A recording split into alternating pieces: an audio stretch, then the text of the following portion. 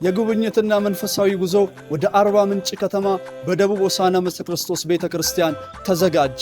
ማለትም ከግንቦት 29 እስከ ሰኔ 1 አርብ፣ ቅዳሜ፣ እሁድ። በተጨማሪም በአርባ ምንጭ ምስጢረ ክርስቶስ ቤተክርስቲያን ወጣቶች ጋር የእግር ኳስ፣ የፍቅር ጊዜ፣ የአምልኮ ጊዜ የሚኖረን ይሆናል። አቴናኡ ነንዳ ኢተና ነንጋንዱስ ሎ ኢዘኔ ቺሊሊዛ አርባ ምንጭ ከተማ ቦስ ተፈጥሮ ባደላትና ውብ በሆነችው አርባ ምንጭ ከተማ ለተከታታይ 3 ቀናት በእነዚህም 3 ቀናት የከተማዋን ቀልብ የሚስቡና ውብ የሆኑ ገጽታዎቿን አባያ፣ ጫሞ፣ ነጭ ሳር የመሳሰሉትን የምንጎበኝ ይሆናል። ታዲያ ከእርሱ የሚጠበቀው ባሉን ጥቂት እና ውስን ክፍት ቦታዎች ፈጥኖ መመዝገብ ነው።